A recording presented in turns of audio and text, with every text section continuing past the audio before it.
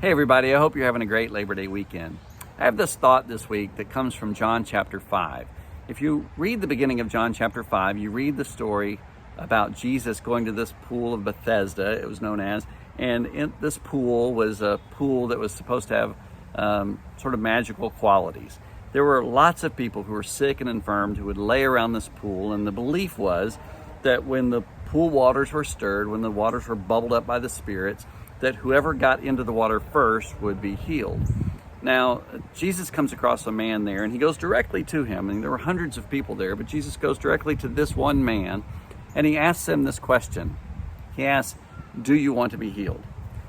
Now, you would think that the automatic answer that man would give would be yes. I mean, that would be like going to someone in a desert who hadn't had a drink of water in 2 days and saying, "Do you want a drink of water?" You would think they would automatically just say, "Yes, absolutely." But this man gave sort of an excuse. He said, well, the people are around me, and there are people getting ahead of me. I can't get into the pool ahead of these people. And, basically as a result, I've not been healed because I'm not the first one into the water. But that whole question of, do you want to be healed, is a really interesting question. Because if the man were to be healed, then everything was going to change in his life. Now, the very end of this story, Jesus says, "See, you are now well, stop sinning, or something worse may happen to you." So the implication is that this man at some point in time could actually walk. So something happened to him that caused him to be an invalid. Maybe he stole something, and he was beaten terribly by people, and as a result of his sin, he was unable to walk, the consequence of his sin. I don't know. I'm just throwing out an idea, but certainly this man seems to at some point have been able to walk. Now, if he were to be healed, his life was going to change.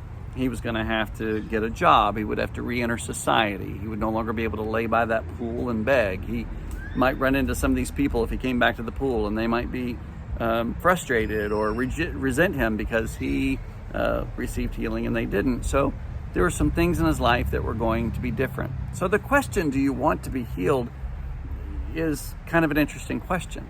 Now, this man didn't know Jesus had the power to heal him. You would think that maybe he would have assumed that Jesus was offering to maybe be, help him get into the water before everybody else. But nonetheless, he didn't just say yes.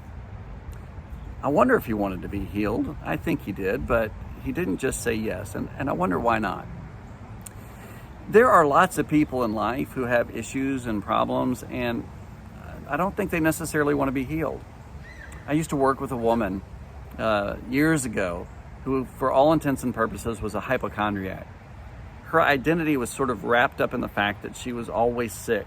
When salespeople would come to the counter, she would often talk to them about her latest sickness and the medicines she was on and the treatment she was going to have. And at first I was sort of concerned for this woman, but the longer I was around her, the more I began to realize she's getting attention from this, and I think she kind of likes the attention. I don't think she really wanted to be healed. And there are other people who go through difficult things in life, and maybe they have an addiction. It could be to drugs or alcohol, or to shopping, or to food, or to pornography. And I wonder sometimes if they want to be healed, because that thing that they're addicted to has sort of become their God, little g, but little g God, right? It's still something that they are using to soothe them. And so if they were to get healed and get over their problem, whatever that may be, then they would have to deal with life and without that crutch that they're leaning on to help them get through those difficult times. So they wouldn't have the alcohol, they wouldn't have the food, they wouldn't have the drugs, they wouldn't have the porn, anything that they go to soothe them. Life would be different once they were healed. Do you want to be healed? When I was in elementary school, we had a great art teacher. His name was Mr. Dales, and he said can't was a 4-letter word that we were not allowed to use in his classroom. And he would say, the problem is you can, you just won't. Isn't that great? And so often when we know that we need healing, it's not that we can't, because sometimes we'll say, well, I can't be healed. I can't get over my addiction. I can't get over my problem. I can't stop looking at porn. I can't stop spending money. I can't stop eating. Well, what if you change the wording? Because if you think about it from Mr. Dale's perspective, he was saying, well, you can, you just won't. So you would have to say, I won't stop eating. I won't stop drinking. I won't stop spending money. I won't stop looking at porn, whatever it may be. You see? Isn't that an interesting way to look at it? The thing is, in Christ, we know we can. I can do all things through Christ who gives me strength. He's the one who gives us the strength from the inside, from the power of the Spirit. When we lean on Him and we put our faith and trust in Him, and we know that Jesus is the one who has a desire for us to walk faithfully with Him, when we know that Jesus is the one who has a desire for us to live life to the full and not be bound to anything, not be a slave to anyone or anything. When we really believe that and we begin to trust that Jesus is better than anything else we've been putting our self into, or we've been diving into, whether it's food or drugs or alcohol or shopping or porn or whatever, that He's the best source of life, and that He's the one that we need to lean on, and that He can supply all of our needs and He can fulfill us. That's when we go, I can do all things through Christ who gives me strength. Say that with me. I can do all things through Christ who gives me strength. Say it again.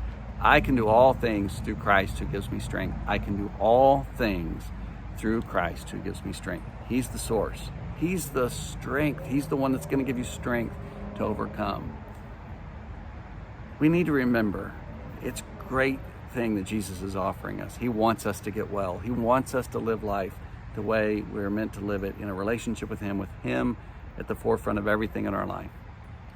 If you're struggling in anything, I pray that this somehow or another helps you, and I pray that it helps you rethink it. Don't say I can't, say I won't, because you can. You can do all things through Christ who gives you strength. Keep walking with Jesus. I'll do the same thing, and I'll see you next week.